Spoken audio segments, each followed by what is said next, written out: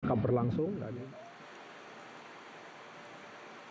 Ya, untuk mengulas laga Indonesia kontra Korea Utara dengan hasil kekalahan 6-0 di laga perempat final, sudah bergabung bersama NTV Morning ada pengamat sepak bola Virsi Idris. Mas Virsi, selamat pagi. Sayang sekali kita harus ya, kalah, Mas Virsi. Bagaimana sebetulnya ya, melihat atau mereview laga timnas kemarin setelah dibantai Korea Utara 6-0? Ya, pagi Mbak Patricia, pagi semua. Ya, pertandingan kemarin menunjukkan banget betapa brutalnya juga ya level U17 itu bisa jadi ya, karena kita kemarin kebobolan 6 gol dari hanya 6 tembakan tepat sasaran dari mereka. Gol cepat sets the tone untuk laga kemarin. Kita bisa lihat bagaimana pertahanan kita yang sejak kualifikasi itu nggak pernah kebobolan dari open play ya, hanya lewat penalti ketika menghadapi Yaman. Tapi kita lihat satu bola lambung jatuh, tidak seperti karakter biasa anak asuh Nova Arianto, sedikit sloppy di lini belakang, mungkin karena occasion-nya juga, karena tekanan menghadapi Korea Utara memaksa mereka untuk melakukan kesalahan-kesalahan yang nggak biasa mereka lakukan. Tapi tak apa, ini menjadi pelajaran yang sangat-sangat luar biasa betapa level ini tuh bisa sangat menghukum para pemain. Dan Coach Nova udah mengatakan setelah laga, ini akan menjadi bahan evaluasi, bahan pembelajaran yang sangat bagus dalam 5 bulan lagi menyambut Piala Dunia U17, Mbak Patricia. Jadi sebetulnya kalau bicara soal defense Ya, pertahanan sebetulnya nggak jadi masalah ya, karena kalau mereview di pertandingan-pertandingan sebelumnya ya, kita cukup kuat di situ. Tapi ketika kemudian bicara soal kesalahan mendasar timnas saat melawan Korea Utara, apa yang bisa Anda gambarkan soal ini? ya.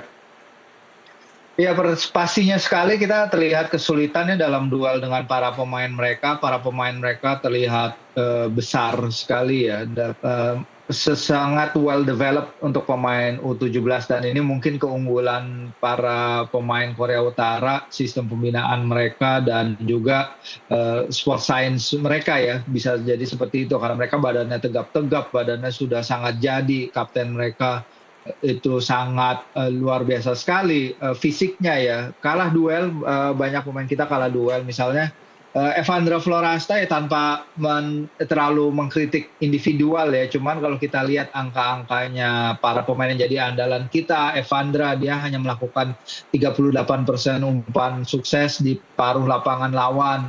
Zahabi Goli hanya 33% umpan sukses di paruh lawan. Ini pemain-pemain yang jadi andalan kita menyerang, tapi mereka berada dalam tekanan sangat besar dari para pemain lawan. Evandra misalnya 1 kali menang duel, tapi dia 8 kali kalah dalam perebutan bola. Jadi ini menunjukkan bahwa para pemain kreatif kita dikasih tekanan yang sangat luar biasa dari para pemain lawan, dan sekali lagi ini akan jadi pengalaman yang sangat baik bagi Evandra, Zahabi, dan lain-lain jelang Piala Dunia nanti.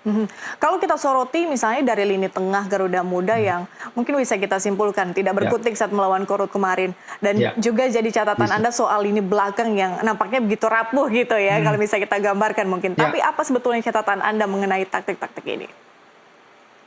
sebenarnya ya kita mulai dengan setup yang telah dilakukan sepanjang fase grup ya. Cuman memang persaingannya banyak yang mengatakan memang Korea Utara ini berbeda dengan karakternya dengan Korea Selatan, dan itu terlihat kalau Korea Selatan dia lebih banyak passing rendah, lebih banyak tempo, mengedepankan possession, sementara Korea Utara sangat-sangat direct. Korea Utara langsung permainannya bola-bola lambung berbahaya ke daerah pertahanan kita, dan kita lihat beberapa kali memang pemain kita kecolongan apabila menghadapi bola direct seperti itu. Kalau tidak salah gol ketiga atau gol keempat ya yang datang setelah penalti, atau gol kelima justru ya, Rim itu datang hanya dari bola jauh yang langsung diserobot oleh sang pemain, terus kemudian dia melewati 2-3 pemain kita. Jadi memang dalam hal ini kita harus membiasakan juga dengan gaya bermain tim yang sangat direct. Memang di fase grup kita udah ketemu lawan yang gaya bermainnya berbeda antara satu sama lain. Korea Selatan gaya mainnya beda dengan Yaman, Yaman beda dengan Afghanistan. Cuman di sini kita diberi dimensi penyerangan lain dari tim Korea Utara yang memang di fase usia umur ini, Mbak Patricia, memang sudah gacor ya. Mereka juga udah pernah merasakan 2 kali juara dalam 3 dari 5 turnamen terakhir mereka menembus semifinal. Jadi memang sangat sulit menghadapi mereka. Oke, kita lupakan pertandingan semalam sudah lewat, meskipun memang kita harus mengonfirmasi bahwa kemudian ada banyak hal-hal yang harus kita tingkatkan lagi gitu ya. Tidak berbesar hati walaupun kita sudah menang beberapa kali. Tapi berbicara soal event terdekat U17 adalah Piala Dunia yang lawannya jelas lebih berat lagi. Catatan Anda seperti apa nih? Masih ada sekitar 6 bulan menjelang Piala Dunia U17 di Qatar sekitar November. Apa yang harus dikejar dan juga dievaluasi?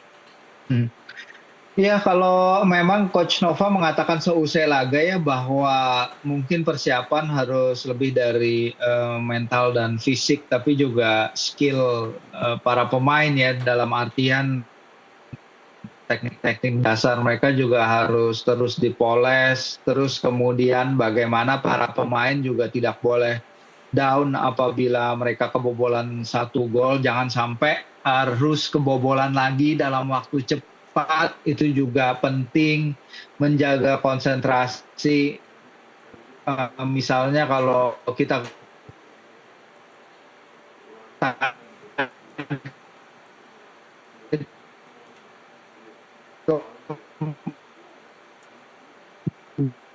gol pertama